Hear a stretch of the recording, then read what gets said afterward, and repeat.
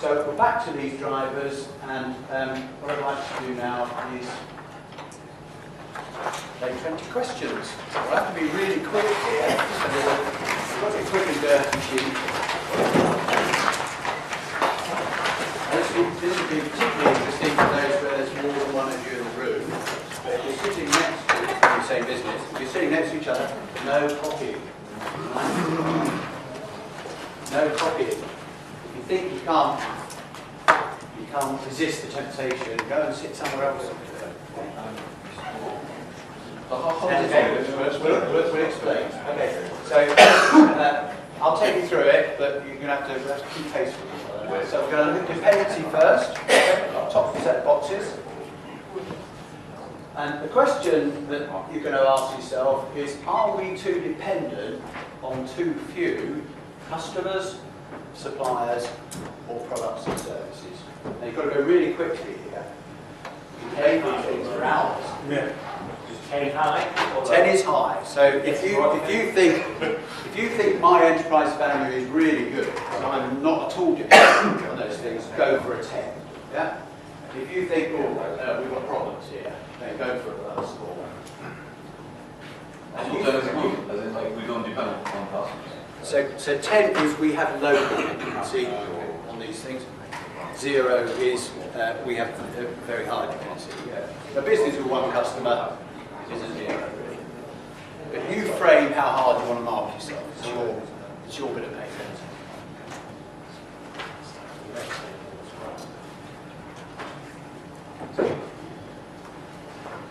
Sorry, can I ask a question? Yes, of course. We're not in any way dependent on any supplier. Would I put yours or 10? No, that means you have no dependency there at all. 10. That's what I thought. Are we too dependent on the... So that was you looking at where you are in your supply chain. That's okay. Now, are we too dependent on the owner-manager to the day-to-day running of the business? So, how long can you not be in your business before the business notices you're not there? So again, if you can be away for weeks, then you're heading for a 10. You know, if you can't be away for more than an hour, and we have those sometimes in the room, then you're obviously going to score low. How do you not be dependent on a product or service? It says too few. Okay, so if you've only got one product or one service. Right. Hey, sorry. You said if you can be away, what? The owner manager bit. Yeah. If the business is extremely dependent, It's a low score. it's a low score. Yeah. So all the time, low scores are affecting, think logically about it, it's just the stuff that impairs the value because the business is dependent on you.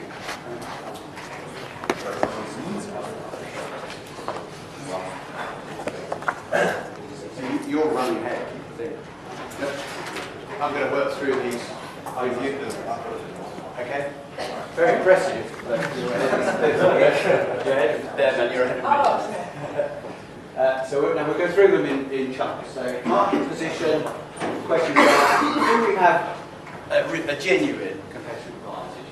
We all talk good stuff. We've all got good websites, all those through that.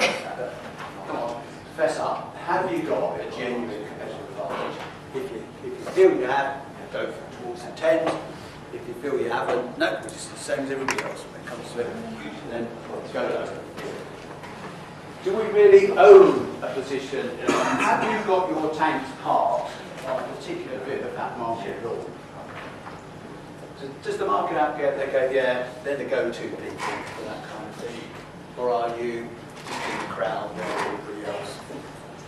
You've got your water discounts. And are we actually attractive enough to customers? You know, do they look at us and say, you know what, I really need to work with that supplier?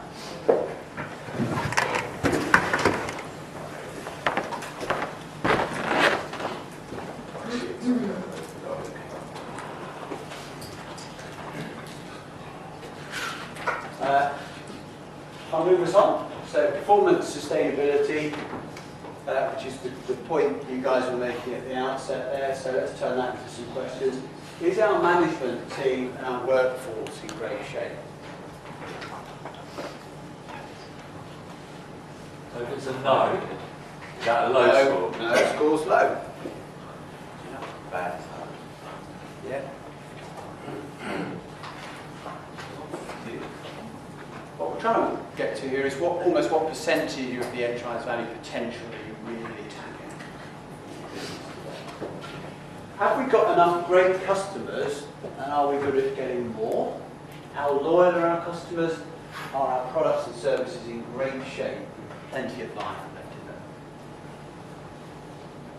I'll take that last point and to amplify it a little bit, because you could have, you could say, yeah, I've got a range of products and services I offer, but actually they were all created like 5 or 7 years ago. I've never really had any product management going on, and they're getting a bit stale, and actually they're possibly getting a bit irrelevant in the marketplace, and they're not attracting new buyers the way they used to do.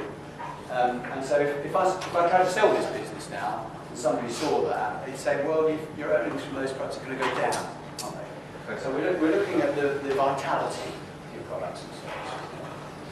If you don't think they're very vital, you're low.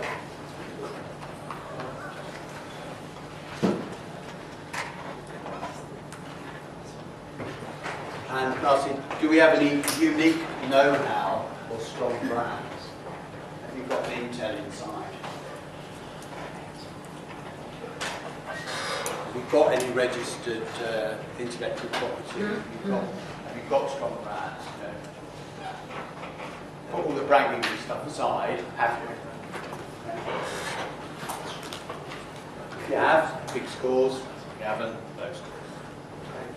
And this will be more important to some businesses than others, and if you do this as a proper exercise, you'll weight these factors. But is our plant and equipment in great shape? David, that's a terribly important part of the business, isn't it? And for aerodynamics, is anything else for plant and equipment is kind of pretty fundamental to their business? Yeah, okay, good. We've got something good.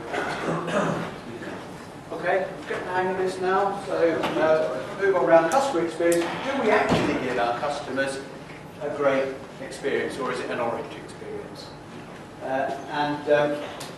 If we want to answer yes to that, actually, is it because we're sort of instinctively jolly good people who care about customers, or have we kind of processed that? Is it well defined? Is it repeatable? Is it safe? Or does it rely on John Lee?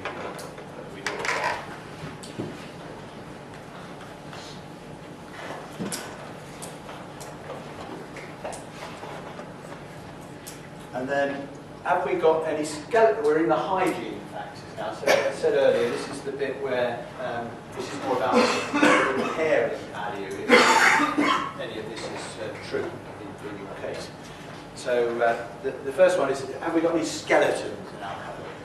Which is interesting, the German expression for that is bones in the cellar. Turned out to be an Austrian. An example. Okay, so I'm being sued by a customer. So I've got a lawsuit pending, or a significant employment tribunal. I've got a product failure, that's gone on out there and hasn't come to anything yet. I've got onerous conditions like a lease. I got drunk one night and signed a 25-year lease, fully repaired, on a Victoria building, derelict town centre. So, if you do have skeletons, Yeah. say If you have skeletons, low. It's just. I'll take Is it just me? I'm just going to have a row of fives. Yeah, just go for 5. Do we have do we keep a clear business plan? Interesting, that does come up. People like business plans when they're looking at value businesses, partly because they can see what they can perform already done what you said you'd already do. So, and if you think about this for a moment, if you have already done what you said you'd already do, and that plan then goes on to say, and we're going to do these things in the future, and the future looks great, then you've got an argument for selling your business on the multiples for profit in that great future, haven't you? If you haven't got a plan, and you don't really know how you got to where you are, and you haven't really got a forecast of where you're going, what's going to happen is someone's going to actually say, well, the only evidence we've really got is your historical profits. So you'll fall back on your historical profits, the value obviously. So yeah, you're already a great place, aren't you? Because you're going to have an NBGB with a business plan. So that's one box you can pretty much keep for a few weeks from now. And yeah, for some businesses, this is more important than others.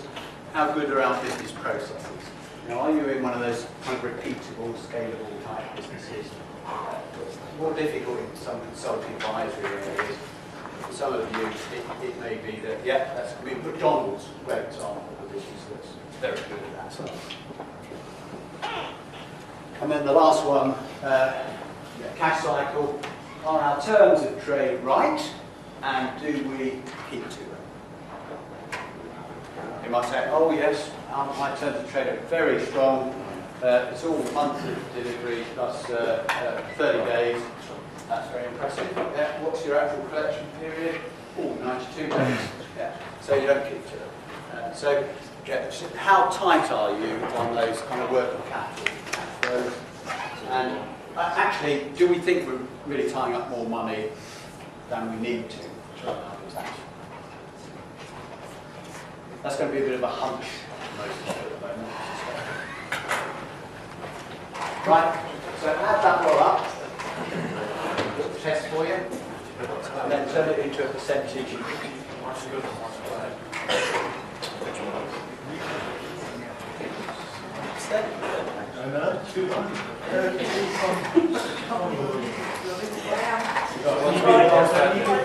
Sorry, the council.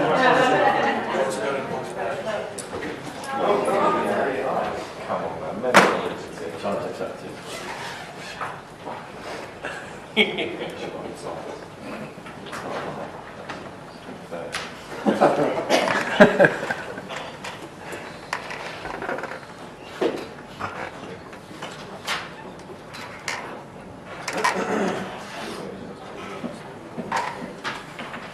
I'm assuming that there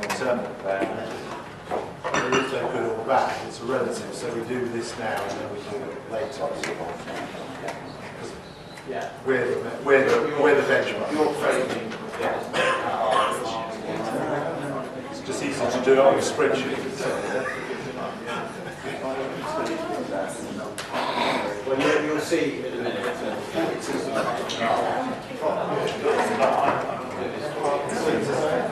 Okay, everyone got a number out? Who needs a bit more time to get a number out? Okay, we'll give you another minute. And then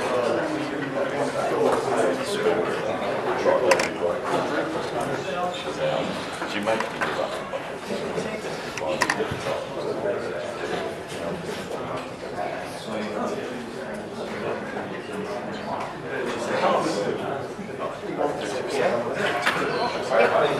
Okay, we're good to go.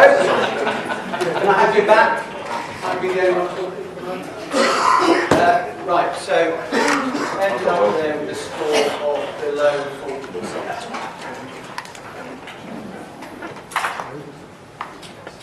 Okay, between 40 and 50. Plus 50. 3, 4, 5. Okay, between 51 and 60.